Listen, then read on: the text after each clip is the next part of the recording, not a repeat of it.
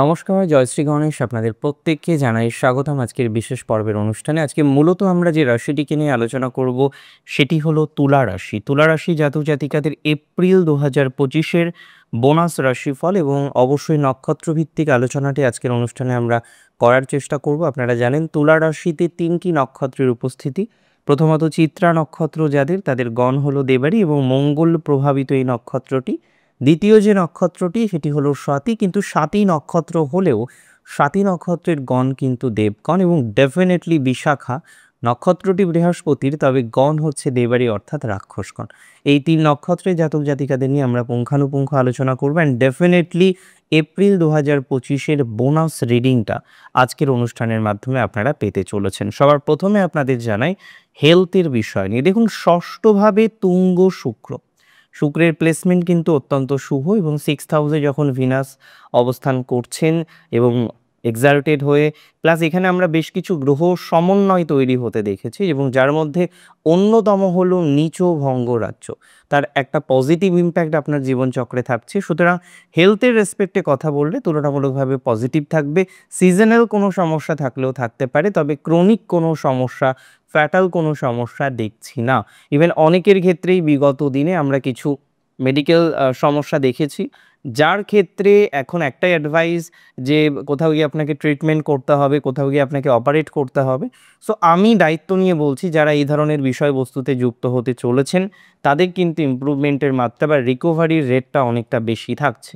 এবং বৃষ রাশির ঘরে বর্তমানে বৃহস্পতি অবস্থান করছেন। অনেকের ন্যাটাল চার্টেও আমরা দেখব বেশ কিছু ইম্পর্টেন্ট গ্রহ অবস্থান থাকবে, যার প্রভাবে এটা কিন্তু বলা যেতে পারে যে পজিটিভিটির মাত্রাক্রম কিন্তু ধীরে ধীরে বাড়তে পারে। তার মানে স্লো মুভমেন্ট হবে এবং ষষ্ঠপতি অষ্টমে, অষ্টমপতি ষষ্ঠে দুটি পৃথক পৃথক বিপরীত রাজ্য কিন্তু তুলা রাশির জাতক জাতিকাদের বর্তমানে চলছে। শনি ষষ্ঠ ভাবস্থ এবং 6th হাউসে শনি অত্যন্ত শুভ ফল দেয়। আমরা 3টে হাউস বারবার বলি, 3rd, 6th অ্যান্ড 11th।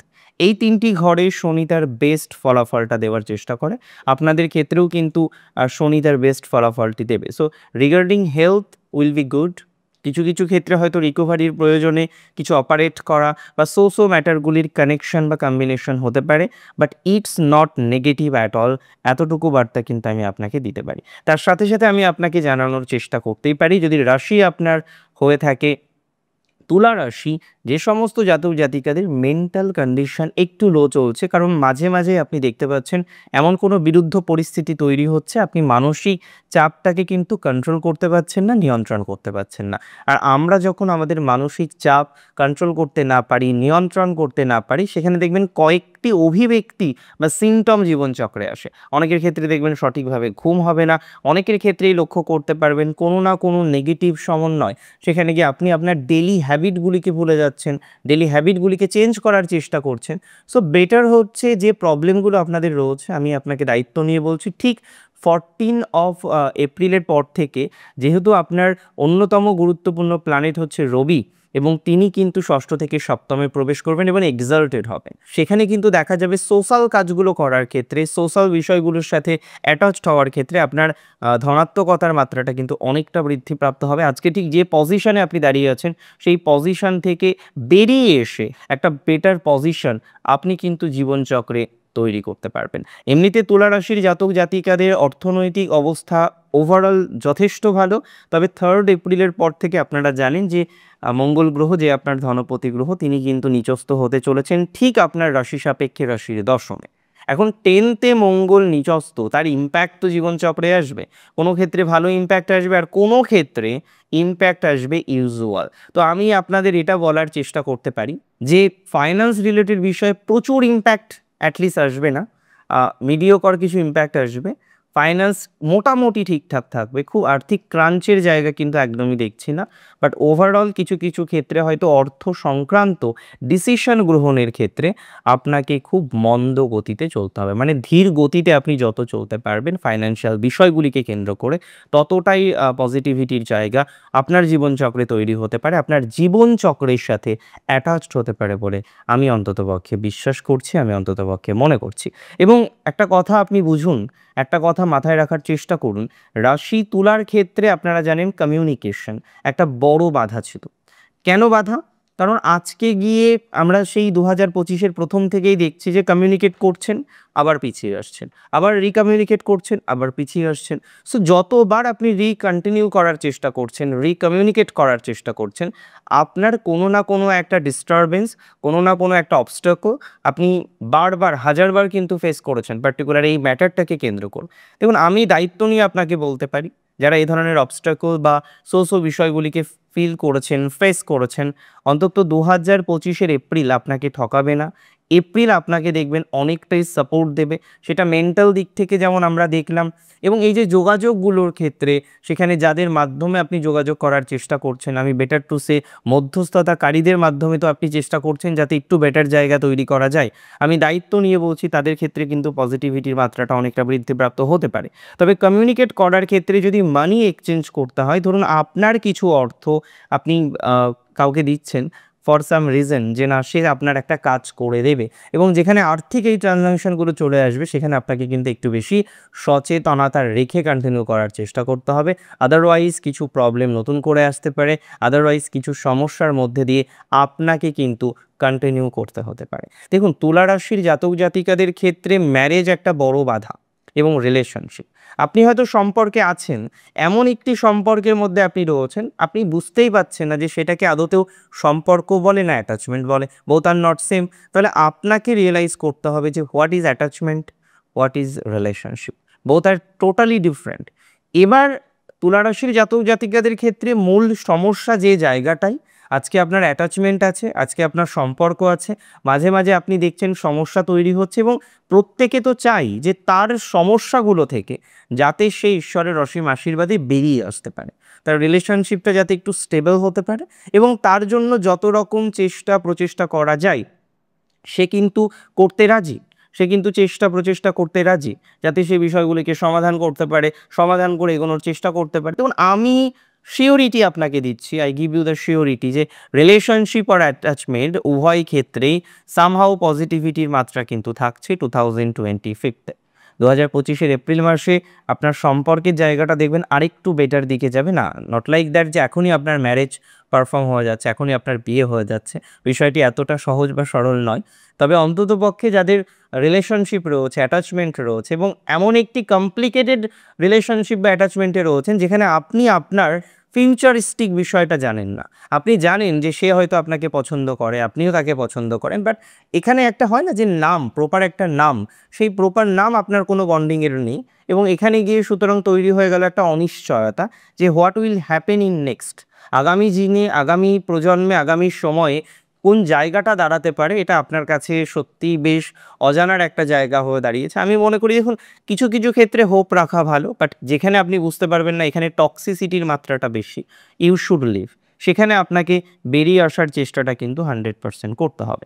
এমনিতে দেখুন, রাশি যদি আপনার তুলা হয়ে থাকে, তুলা রাশির আমি ম্যারেজ লাইফের ক্ষেত্রে যে প্রবলেমগুলো দেখছিলাম, কিছু কিছু প্রবলেম কিন্তু সমাধান হবে না, সেখানে হয়তো 30% 20% প্রবলেম যাদের তৈরি হয়েছে, আলাদা সেপারেট রয়েছেন, এবং অনেক চেষ্টা করেছেন এর আগে, হয়তো কয়েক বছর চেষ্টা করেছেন মানুষটাকে পরিবর্তন করার, বাট আপনি পারেননি। তাহলে আমি এখানে আপনাকে বলবো যে কিছু কিছু প্রবলেম আপনি কোনোদিনই পুরোপুরি সমাধান করতে পারবেন না, তবে কিছু কিছু প্রবলেম সমাধান করে আপনি এগিয়ে যেতে পারবেন, এতটুকু শিওরিটি আমি আপনাকে প্রোভাইড করছি। এবং ইনলজ রিলেটেড প্রবলেম বিশেষত তোলার প্রচুর জাতক জাতিকাদের, যে আপনার ফ্যামিলিতে সবথেকে বড় সমস্যা আপনার ইনলজের সাথে, যেখানে তাদের থেকে যে মান্যতা সেটাই হয়তো আপনি প্রকৃষ্টভাবে পাননি। দেখুন, এতটুকু তো বার্তা আমি আপনাদেরকে দিতে পারি যে প্রকৃষ্টভাবে না পেলেও সেখানে গ্রহণযোগ্যতার মান আগের থেকে বেটার।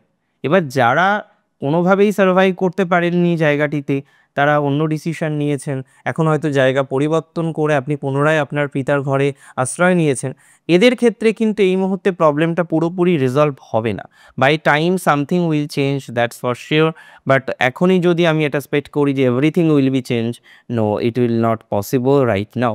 ওকে, অ্যান্ড তার সাথে সাথে আমি বলে রাখি, বর্তমানে যদি তুলারাশির জাতক জাতিকাদের বিশেষত ম্যারেজ তৈরি হতে গিয়ে বারবার দেখেন ম্যারেজ ভেঙে যাচ্ছে, এপ্রিল মাসে আশা রাখুন, স্পেশালি আশা রাখুন 14 এপ্রিলের পর থেকে। নক্ষত্রভিত্তিক আলোচনাটি করবার সবার প্রথমে যে নক্ষত্রটি, সেটি হলো চিত্রা। চিত্রার দেবতাকে ত্বষ্টা, 10টা মিন্স আমরা বিশ্বকর্মার সাথে তুলনা করতেই পারি। চিত্রা নক্ষত্রের মধ্যে এই কারণে আর্টিস্টিক নেচারটা অনেকটা বেশি থাকে। চিত্রার কারেন্ট পজিশনে ফাইন্যান্স একটু ডাউন চলছে, দ্যাট ইজ ভেরি ট্রু। বহু চিত্রা নক্ষত্রে জাতক জাতিকারা রয়েছেন, ফাইন্যান্সিয়াল ম্যানেজমেন্টটা হয়ে উঠছে না। বারবারই আপনি দেখছেন ফাইন্যান্স ডিস্টার্ব, যত রকমভাবে আপনার চেষ্টা করা যায় ইউ ডিড, বাট কোথাও যেন গিয়ে আপনি ফাইন্যান্সটাকে একটা মোড়ে বা মার্গে নিয়ে আসতে পারছেন না। দেখুন 2025-এর এপ্রিল মাস ফাইন্যান্স রিলেটেড ম্যাটারে চিত্রা অনেকটা পজিটিভ দিকে যেতে পারবেন, এটুকু সিওরিটি আমি আপনাকে প্রোভাইড করতে পারি। এবং দিন শেষে ডেফিনেটলি আপনার একটা ফাইন্যান্সিয়াল পজিটিভ জায়গা, পজিটিভ অবকাশের জায়গা কিন্তু 100% রয়েছে, সেটি আপনাকে অনেক বেশি সহযোগিতা করবে to grow and two enhance your life. And তার সাথে সাথে বলে রাখি, চিত্রার এডুকেশনাল লাইফটা মোটামুটি বেটার থাকছে, আর্টিস্টিক নেচারটা ঠিকঠাকই থাকছে। সার্ভেয়ার আছেন যারা, সিভিল কনস্ট্রাকশনে যুক্ত যারা, রিয়েল এস্টেটে যুক্ত যারা, প্রমোটিংয়ের সাথে যারা যুক্ত রয়েছেন বা এই ধরনের বিষয়গুলির সাথে, বিল্ডিং ম্যাটেরিয়াল অ্যান্ড সোশ্যাল ম্যাটারগুলির সাথে যারা কানেক্টেড রয়েছেন, তাদের প্রভূত পরিমাণে পজিটিভিটির জায়গা আমরা 2025-এর এপ্রিল মাসে এক্সপেক্ট করতে পারি। স্পেশালি আপনার নক্ষত্রটি যদি হয়ে থাকে চিত্রা, এবং চিত্রার কিছু ফ্রেন্ড সার্কেল থেকে ডিস্টারবেন্স চলছিল, সেটা কিছুটা মিনিমাইজ হবে। তবে শত্রু পুরোপুরি মিনিমাইজ হচ্ছে না, শত্রু থেকে যাবে এবং শত্রুর কন্টিনিউয়েশন বর্তমানে চিত্রা নক্ষত্রে জাতক জাতিকাদের আমরা দেখতে পারি। এই জায়গাটিকে মিনিমাইজ করে ম্যানেজ করে আমাদের চলতে হবে, চলার চেষ্টা করতে হবে। অ্যান্ড আই স্পেশালি বিলিভ, আমি বিশ্বাস করি সেটা আপনার পক্ষে সম্ভব, এটি আপনি করতেই পারেন। নক্ষত্র যদি আপনার হয়ে থাকে স্বাতী নক্ষত্র, স্বাতীর ফাইন্যান্স নিয়ে অসুবিধে মাসা হচ্ছে না। স্বাতীর প্রবলেম হচ্ছে চাকরিতে, চাকরি নিয়ে চাকরি পরিবর্তনের একটা চিন্তা আসছে এবং পরিবর্তন হয়তো আপনার ক্ষেত্রে আবশ্যক হয়ে উঠেছে। আমি মনে করি এই ধরনের বিষয়ে পজিটিভিটির মাত্রাটা অনেকটা বাড়বে। চাকরি পরিবর্তন করুন, ধীরে সুস্থে করবেন, কোনো কিছুতেই অতিরিক্ত ব্যস্ততা ডেফিনেটলি বেটার নয়। এবং আমি স্পেশালি আপনাদেরকে বলতে চাই, যদি নক্ষত্রটি আপনার হয়ে থাকে, কি নক্ষত্র? আর স্বাতী নক্ষত্র, স্বাতীর ওভারঅল গ্রোথ, ওভারঅল পজিটিভ একটা জায়গা আমরা কিন্তু এক্সপেক্ট করতে পারছি। সো এটা আপনাকে যতটা সম্ভব হোক ধনাত্মক দিকে নিয়ে যাবে, সেটুকু বিশ্বাস অন্ততপক্ষে রাখতে পারছি বা রাখছি। অ্যান্ড ফাইনালি এটা বলবো, চিত্রা নক্ষত্রের সাথে স্বাতী নক্ষত্রের ক্ষেত্রেও কিন্তু বন্ধু ভাগ্যটা মিডিওকর, শত্রু ভাগ্যটা অনেকটাই মিনিমাইজ হবে। এবং স্পেশালি আমি বলে রাখি, নক্ষত্র যদি আপনার স্বাতী হয়ে থাকে, স্বাতীর কিন্তু কিছু ভূমি সংক্রান্ত বিষয়ে অ্যাচিভমেন্ট হতে পারে। ভূমি সংক্রান্ত বিষয়ে অ্যাচিভমেন্ট হওয়ার একটা জায়গা স্বাতী নক্ষত্রের জাতক জাতিকাদের ক্ষেত্রে কিন্তু লক্ষ্য করতে পাচ্ছি। অনেক স্বাতী নক্ষত্রের জাতক জাতিকারা রয়েছেন, তাদের কিন্তু কিছু ফ্যামিলি রিলেটেড ইস্যুস তৈরি হয়ে গেছে। ফ্যামিলির জায়গাগুলো কিন্তু খুব একটা ভালো নয়, ফ্যামিলি সংক্রান্ত বিষয়ে প্রচুর প্রবলেম বা ঝামেলার জায়গা কিন্তু আপনারা লক্ষ্য করতে পাচ্ছেন। এই বিষয়গুলিকে ম্যানেজ করে চলতে হবে। আমি বিশ্বাস করি আপনি যদি ম্যানেজ করে চলতে পারেন, অনেকটা ইমপ্রুভমেন্টের জায়গা, অনেকটা এনহান্সমেন্টের জায়গা আপনার জীবনচক্রে কিন্তু আসবে। স্বাতী নক্ষত্রে জাতক জাতিকাদের 3টে বিষয় এই সময় মাথায় রাখবেন। ফার্স্ট অফ অল, এডুকেশনের জন্য লোন নেওয়া যাবে না এই মুহূর্তে, তবে দূরে যাওয়া যেতে পারে। বিদেশ বিভুঁয়ে যারা যেতে চাইছেন তাদের টাইমিংটা কিন্তু ওভারঅল ভালো হবে। অ্যান্ড স্পেশালি আমার মনে হয় খুব পজিটিভিটির জায়গা স্বাতীর আসতে চলেছে। যারা অলরেডি বিদেশে সেটেলড অ্যান্ড কোনো না কোনোভাবে আপনি ভিসা রিনিউ করার চেষ্টা করছেন, অন্যান্য ধরনের প্রসেসিংগুলো স্টার্ট করছেন, তাদের একটা পজিটিভ ভাইবস আমরা পাবো। নক্ষত্র যদি আপনার হয়ে থাকে বিশাখা, বিশাখার গণ কিন্তু দেবারই গণ। বিশাখা নক্ষত্রের জাতক জাতিকাদেরও সোকল্ডভাবে পজিটিভিটির জায়গা প্রচণ্ড পরিমাণে রয়েছে। তবে বিশাখার ফাইন্যান্স মোটামুটি থাকলেও বিশাখার সমস্যা হচ্ছে শত্রু, প্রচুর শত্রু। এবং বাংলায় একটা কবিতার লাইন, যদি তোর ডাক শুনে কেউ না আসে তবে একলা চলো রে, যদিও এটা কি কবিতা বা গান দুটোই বলা যেতে পারে, ভেরি সিগনিফিকেন্ট। বিশাখার এই রুলসটা হয়তো এই মাসে ফলো করতে হচ্ছে, কারণ ফ্রেন্ড সার্কেলে বিশাখার বড় অভাব। প্রকৃত বন্ধু, প্রকৃষ্ট বন্ধু, ভালো বন্ধু, এটা কিন্তু বিশাখা নক্ষত্রের এই মুহূর্তে দাঁড়িয়ে খুব ভালোভাবে দেখতে পাচ্ছি না। সো এতটুকু বার্তা আপনাদের আমি দিতে পারি, যে সমস্ত জাতক জাতিকার এই বন্ধু প্রবলেম নিয়েই প্রচুর পরিমাণে ভুগছেন, ভালো বন্ধু নেই, বন্ধুত্বের অভাব রয়েছে, কিভাবে ম্যানেজ করবেন বুঝতে পারছেন না, এটা কিন্তু একটু ম্যানেজ করেই চলতে হবে। তবে বিশাখা নক্ষত্রের জাতক জাতিকাদের পারিবারিক জীবন সংক্রান্ত বিষয়ে কিছুটা এনহান্সমেন্ট আমরা দেখতে পারবো। বিশাখা নক্ষত্রের জাতক জাতিকাদের আধ্যাত্মিক ক্ষেত্রেও কিছুটা বেনিফিটেড হওয়ার মতো অবকাশ আমরা দেখতে পারবো। এতটুকু বার্তা আমি দিতে পারি। নক্ষত্র যদি আপনার বিশাখা হয়ে থাকে, বিশাখার কিন্তু কিছু সমস্যা তৈরি হয়েছিল, অ্যান্ড স্পেশালি সমস্যাগুলো তৈরি হয় যার অন্যতম কারণ ছিল আপনার ফ্যামিলির কিছু জ্ঞাতিশত্রু। তো আমি মনে করি জ্ঞাতিশত্রু রিলেটেড বিষয়ে কিন্তু কিছু প্রবলেমের জায়গা থাকতে পারে এবং আস্তে আস্তে সমাধানযোগ্য জায়গা তৈরি করতে হবে। সমাধানযোগ্য জায়গা তৈরি করে কিন্তু যতটা এগোনো যায় এগোনোর চেষ্টা করতে হবে। ল লিটিগেশনে বিশাখার জয় লাভ অবশ্যই হবে বলে মনে করছি। আজকের অনুষ্ঠান সম্পর্কে আপনার মতামত অবশ্যই আমাকে জানাবেন। অনেক ভালো থাকবেন, সুস্থ থাকবেন। জয় শ্রী গণেশ।